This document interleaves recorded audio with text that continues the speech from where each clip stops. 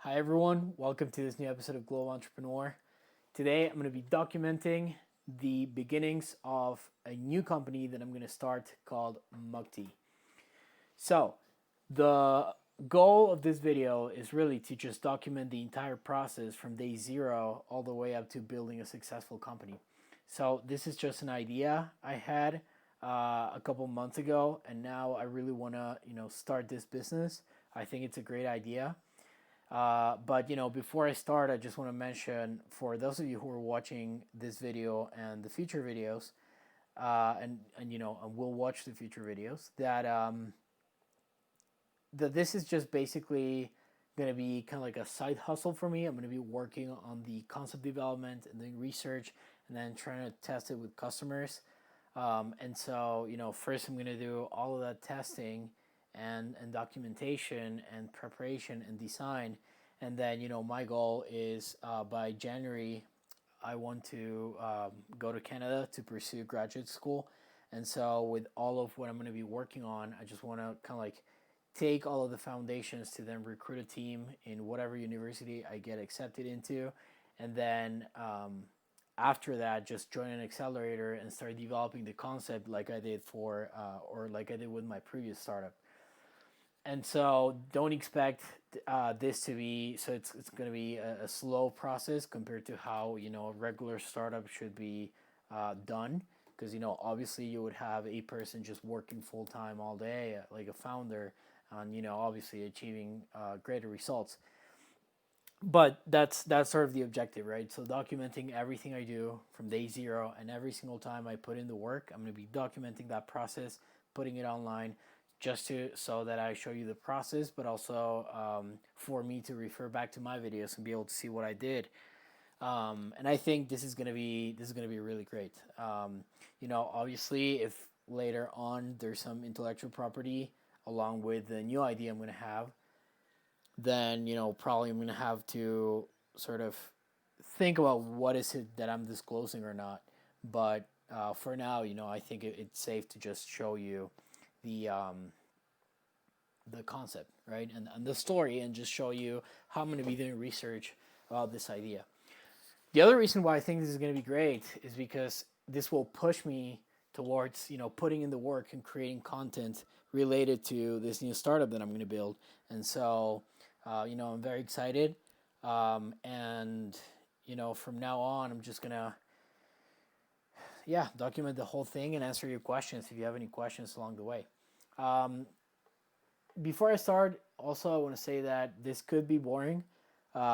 So if you just get bored, can like move forward or see what is it that you like the best. But like, there's gonna be parts where I'm literally just gonna be reading documents online or patents, and it's gonna be very boring. But that's what it takes, right? You just have to do research and learn more about what it is that you're doing. Okay, so without much further ado, I'm gonna start. Um, Basically, this new company is called MugTea, and it's a smartphone controlled tea infuser. So you would probably be thinking, like, why the hell do you want to design a tea infuser, right? And that's a very good question. The reason is because I come from Argentina.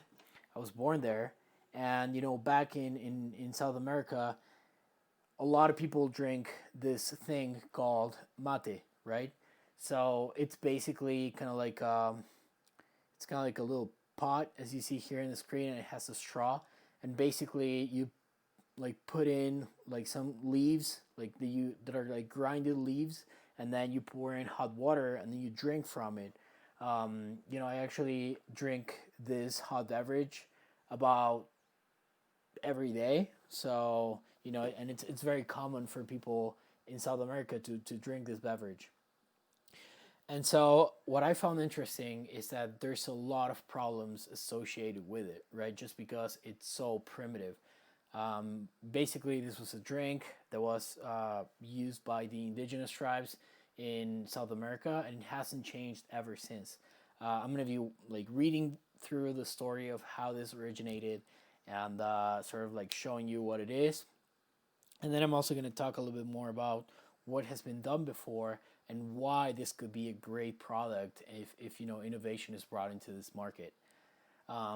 Okay, so just like I was showing you, basically, I drink this thing every day, and there's a lot of problems associated to it, right? So here I kind of like listed out what are some of the problems. Basically, the process is that you need to grab a kettle and then heat up some water, and then you need to put it on a thermos to then dispense the water onto this little kind of like gourd that is used. And so, it also has a straw and then the tea leaves, right? And then what people do is they drink from it and they pass it around in a circle of people. And so you can like share it with others. And so the first problem is that it's not very hygienic, right? This is not, it's something that you drink and then you pass it to someone else. And so, culturally, this has probably been one of the strongest barriers for people, right? And so the other thing is that this metal straw also gets rusty, right? So it's kind of like a huge problem because obviously you're dealing with metal, and as you're pouring water, the straw gets just very rusty, and so it's not very efficient. Um, it's also inconvenient because you need to heat water separately, and so it's not good because you basically need a lot of things to be able to sit down and drink this infusion. The straw also gets stuck with the tea leaves just because of the way, like if you're a beginner and you don't know how to place a straw in the leaves, it's just very inconvenient, it's very messy. There's no control device. You basically can't control the temperature, you can't control the water level. There's no control whatsoever, it's very manual. The tea leaves themselves, they're hard to dispose, and they smell bad after a while. Like if you leave it sitting there, you basically will have to like clean the whole thing, and it's gross.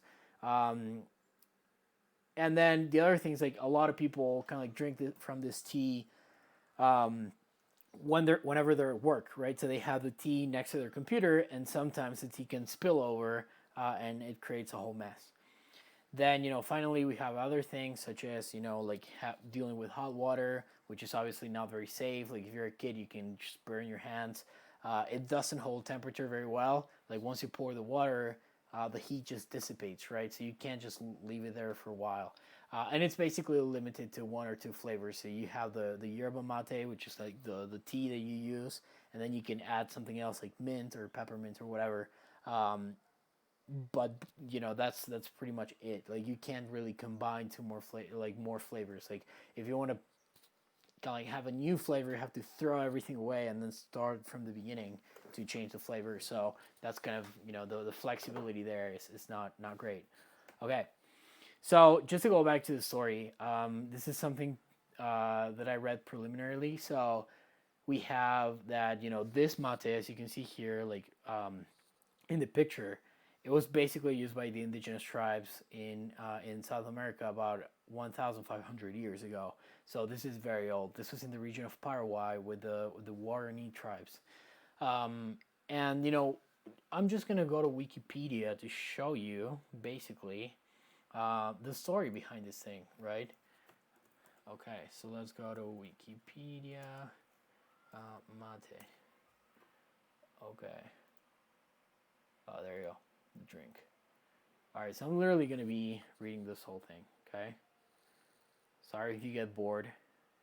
Um, I just find it very interesting. Okay, so mate. So it's a drink, right, as you can see here, in a calabash gourd. Okay, so we have mate or chimarrão, Portuguese. It's a traditional South American caffeine-rich infused drink that was consumed by the Guarani and the Tupi peoples. It's the national beverage in Argentina, Uruguay, and Paraguay. It's also consumed in Bolivia, Chile, Brazil, and Syria, the largest importer in the world, and Lebanon, where it was brought from Argentina by immigrants. Okay, so basically, it uses dried leaves of yerba mate, and then you put in hot water and serve with a metal straw in a hollow calabash gourd. The straw is called bombilla in Spanish. And okay, and then yeah, it's basically made out of metal. Uh, okay. All right, so you get that, right? But it's this sort of beverage. It looks very primitive. So the history, was that it was first consumed by the indigenous Guarani and also sprayed by the Tupi people who lived in that part of southern Brazil and northeast Argentina, including some areas of the Paraguayan territories. Okay.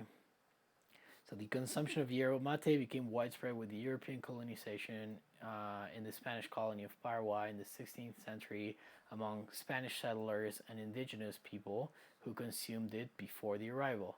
So it was spread in the 17th century into Rio de la Plata, and basically it turned into a huge, um, like product, commodity. Let me see.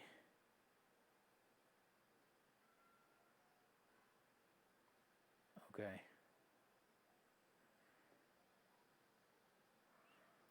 So year-wise, the largest consumer per capita consuming around 19 liters per year. Per person. It's a lot. It's kind of like 7 gallons per person a year. So yeah, it's very common.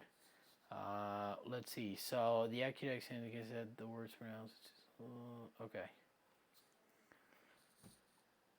So as you can see, this is a huge cultural thing. I'm not gonna dive into this. Here's the preparation, like how you use it. Here you see like how you have it, like the gourd, and you would use the kettle as well, just like I mentioned. Okay.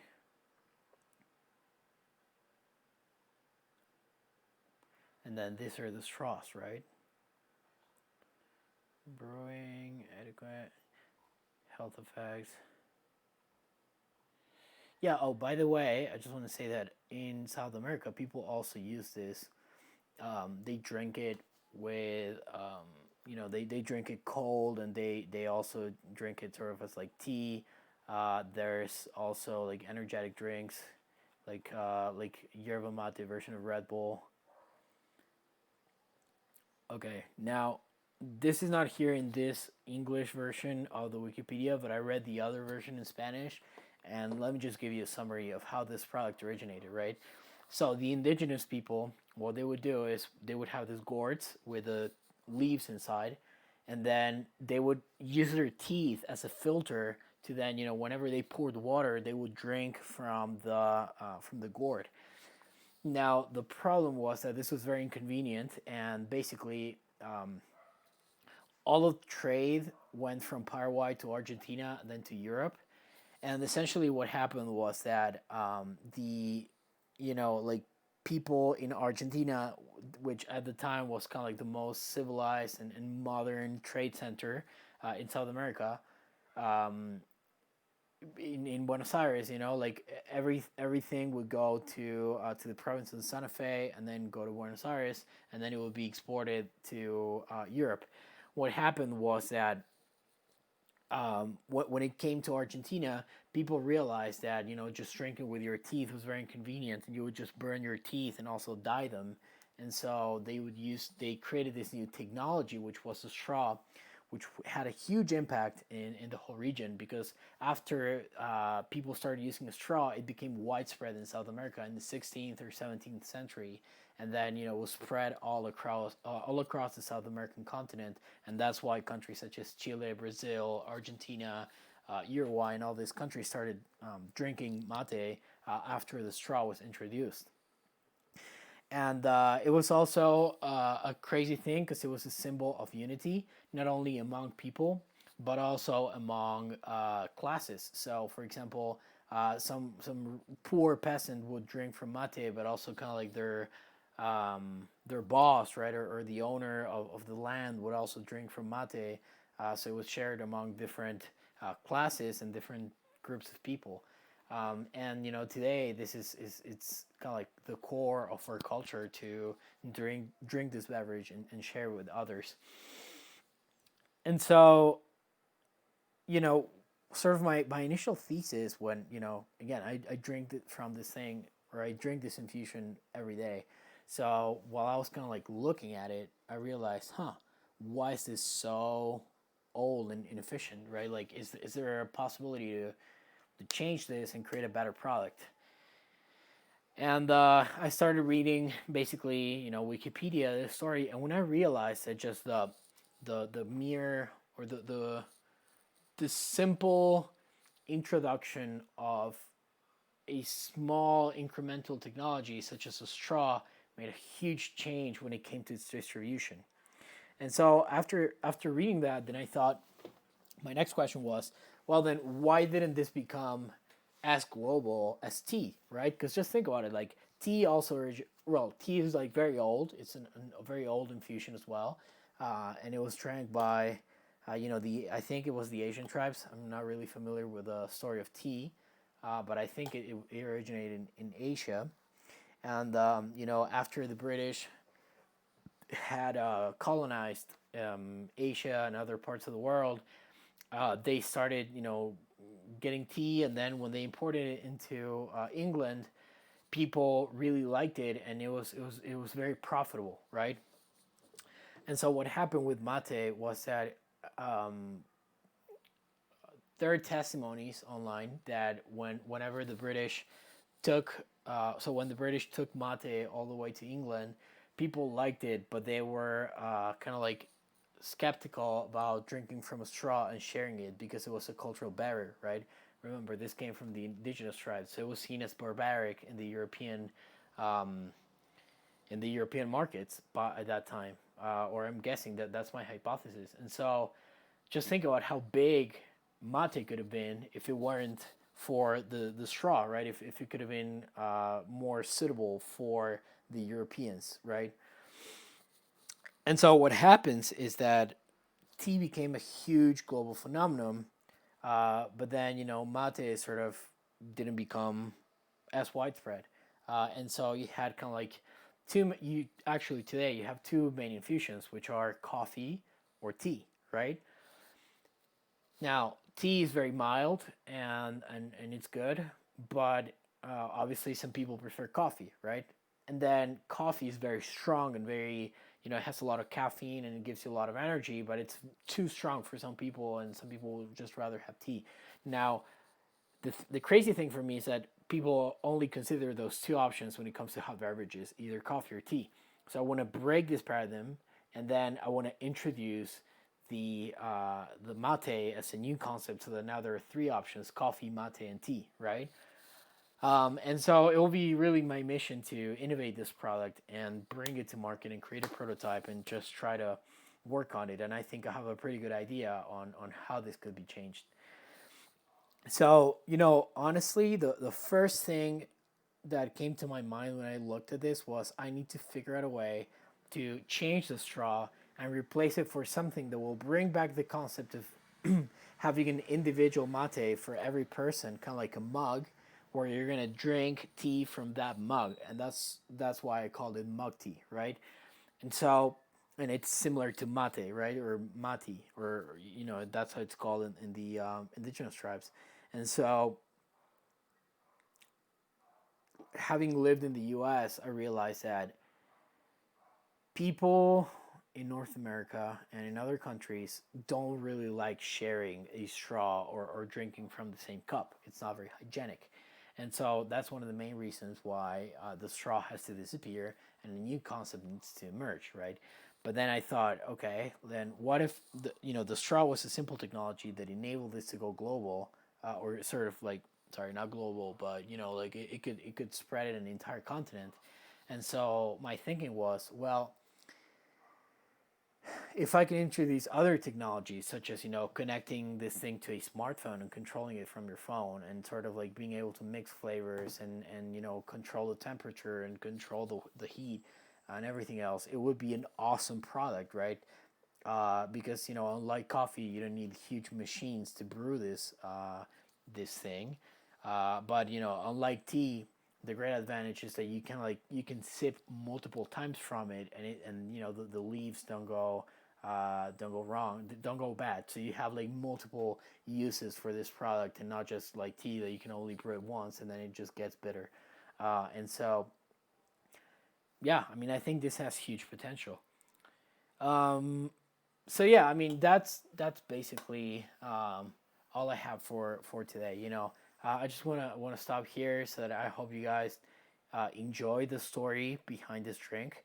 Hopefully, in hopefully in later videos, I'm going to be able to show you the design and the ideas that I have for this new product that I have in mind. But other than that, you always know that if you have any questions, you can definitely comment in the comment section, and I'll answer your questions as soon as I see them.